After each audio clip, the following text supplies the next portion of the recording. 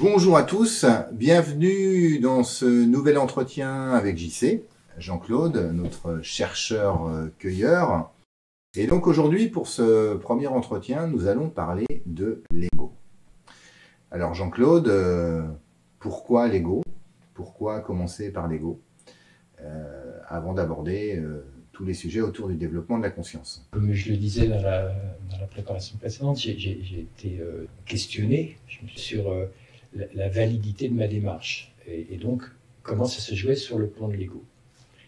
C'est la première chose. Et donc je me suis dit, on va commencer par ça, parce que c'est aussi la première chose qui m'apparaît comme question.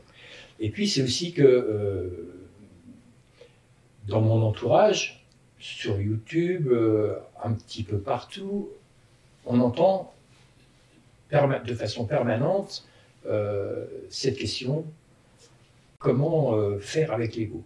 Est-ce qu'on doit se battre? Est-ce que l'ego est un ennemi? Est-ce que toute notre difficulté vient de l'ego? Est-ce qu'on doit le domestiquer? Est-ce qu'on doit lui taper sur la tête pour qu'il reste à sa place? Et en même temps, on entend qu'il faut prendre soin de soi, s'occuper de soi, s'aimer, voilà. Comment on fait avec ces oppositions-là? Il y a opposition, mais en même temps, il y a une justesse là-dedans, évidemment qu'on peut se poser la question. Et donc dans cette réflexion que j'ai menée assez profondément en ce qui me concerne sur ce sujet-là, m'est apparu Uke. Uke, c'est un personnage qui intervient dans la pratique de l'aïkido. Donc l'aïkido, c'est un art martial, c'est un art de combat, mais c'est d'abord une façon de se défendre, de détourner l'agressivité de l'autre sans soi-même provoquer une agressivité.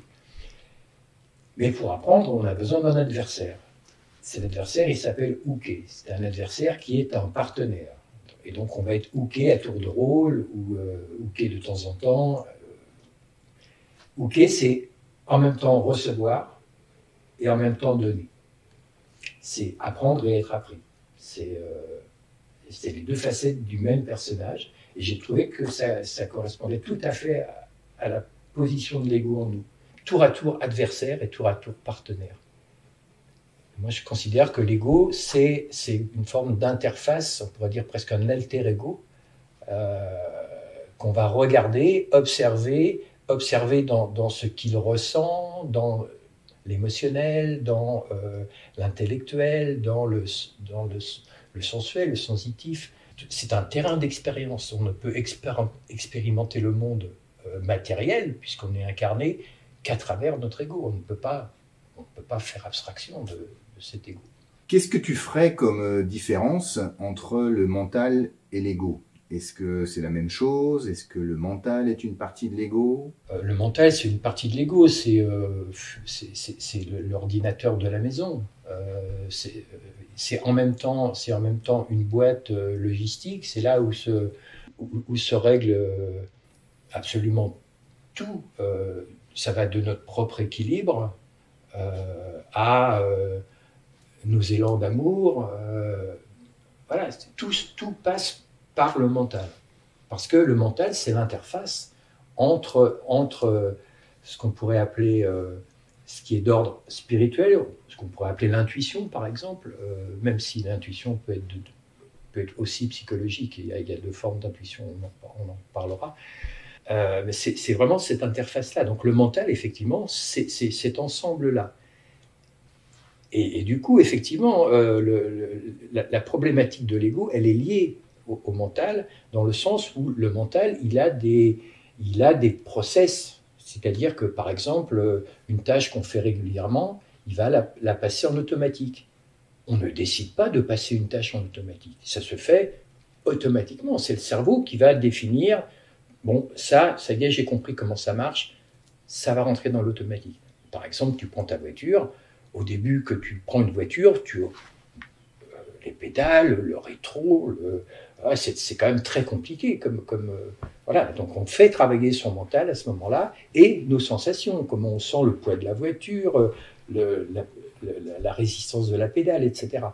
Et puis au bout d'un moment, finalement assez rapidement, On peut discuter avec un collègue assis à côté en écoutant la radio, tout en manœuvrant ses essuie-glaces et même en oubliant totalement sur quelle portion de route on est pour se réveiller à un carrefour en disant mais où est-ce que je suis, au fait où est-ce que je vais.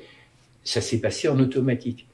Et donc ces automatismes-là, on les décide pas, c'est vraiment le mental qui appartient à l'ego, qui est en même temps un outil fabuleux. C'est un outil fabuleux. Je vois comment on pourrait faire sans lui. Et en même temps, il faut faire attention de ne pas s'identifier totalement en tant qu'être humain à ce mental et à cet ego. Il faut faire attention parce qu'il y a une autre partie qui est beaucoup plus silencieuse, qui est ce qu'on va appeler l'âme associée à l'ego, qui font que c'est le résultat de notre incarnation. Alors, si on reste sur l'ego, justement, donc tu disais en début de cet entretien que tu voulais commencer par l'ego par rapport à la place qu'il prenait. On en parle souvent. Il n'a pas forcément bonne presse. On va parler d'égocentrique.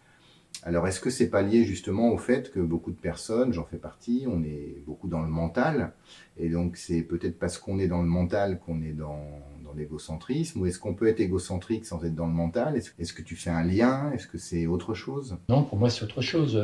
On est égocentrique par stratégie de vie. C'est-à-dire que c'est ce qu'on a appris, et qu'on a sûrement appris à un moment que tout passait par notre expérience, et que du coup c'est notre expérience qui prime sur le reste. Et donc, en tant qu'égocentrique, on va vivre les choses à partir de soi et uniquement à partir de soi. Donc, j'espère quand même pas complètement uniquement, mais en grande partie, c'est ça. L'égocentrisme, c'est une stratégie, en fait, face à la vie. Parce que quand on entend dire qu'il ne faut pas être dans l'ego, on est bien d'accord que c'est pas possible. C'est pas possible. On est dans l'ego nécessairement. On est dans l'ego nécessairement, puisque même celui qui dit ça, il le dit à partir de son ego. Alors peut-être aussi repartager que l'ego, il est plus ou moins lié à un phénomène de séparation. C'est une manière d'exister. Donc je me sépare pour exister, je me sépare pour devenir qui je suis. Dans d'autres étapes, on pourrait faire des liens avec l'individuation. Et que c'est comme ça que je développe mon ego. Absolument. Alors, je développe mon ego, mais je développe mon ego en me dissociant de mon ego. C'est-à-dire en donnant une place prépondérante à l'âme, ou l'intuition, ou le soi profond, ou il y a tellement de mots pour parler de ça. Donc, si j'ai bien compris, ce que tu nous invites à faire, c'est de regarder, d'observer l'ego fonctionner. C'est OK, c'est pas OK. Pour ainsi laisser plus de place à l'âme et pouvoir justement mieux sentir cette partie en nous, cette partie spirituelle qui est en nous. Oui, c'est un peu ça. C'est un peu ça.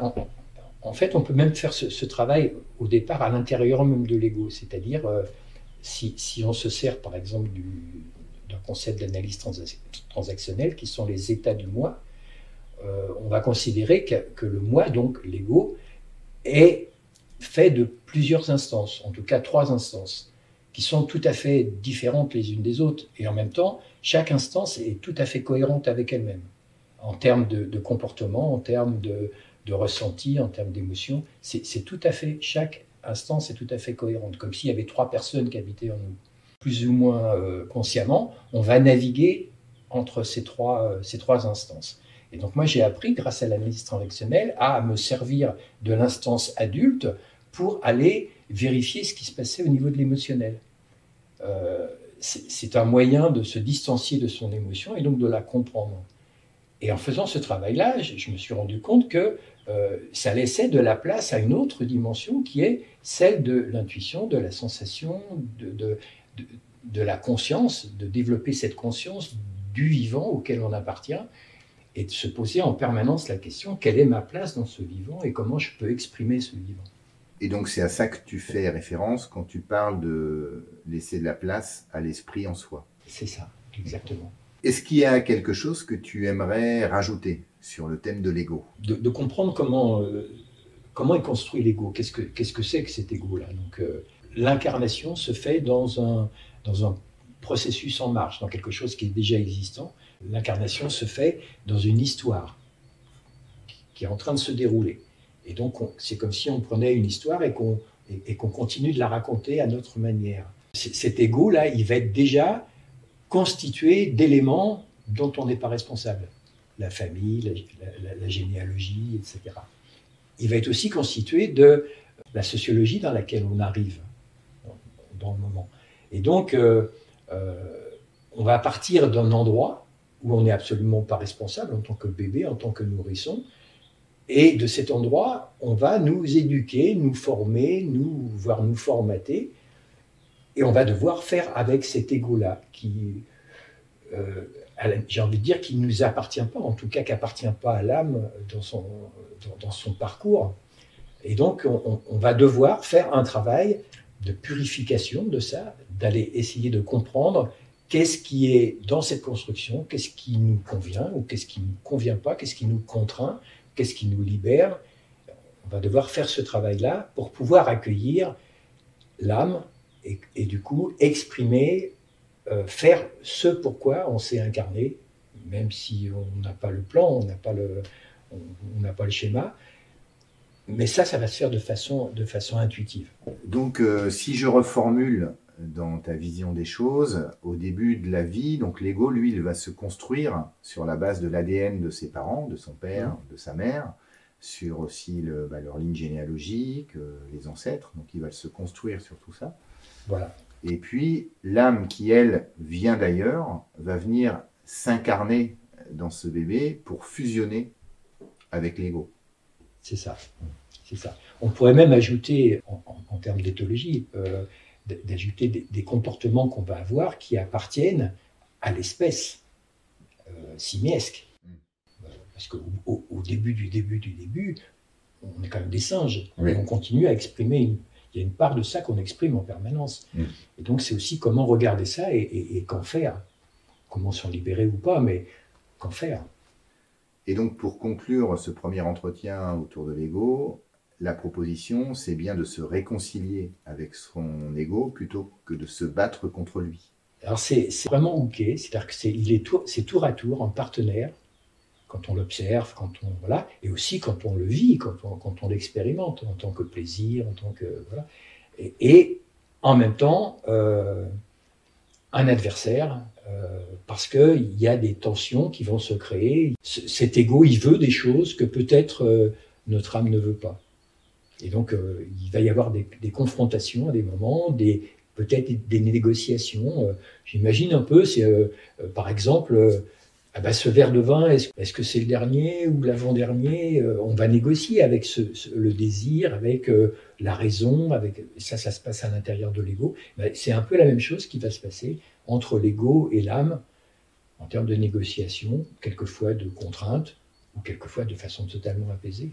Et donc là, plus sur des dimensions existentielles, c'est ça. Des choix de vie. Voilà. Eh bien, nous arrivons à la fin de cet entretien autour de l'ego. On espère avoir été suffisamment clair sur notre vision des choses, celle de Jean-Claude, un peu la mienne. Si vous avez des questions, si vous avez des remarques, des commentaires, un point de vue différent, n'hésitez pas à nous en faire part, soit par commentaire, soit en nous écrivant. Ça reste des sujets très ardus, très complexes, traités en 15 minutes. Prochaine thématique, JC, est-ce que tu as une idée? Là, comme ça, ce qui me vient, c'est plus un outil que j'aimerais proposer, un outil un peu désuet, extrêmement efficace. Ça s'appelle la méthode Coué. Eh bien donc, rendez-vous pour la prochaine vidéo autour de la méthode Coué. À très bientôt. Merci, au revoir.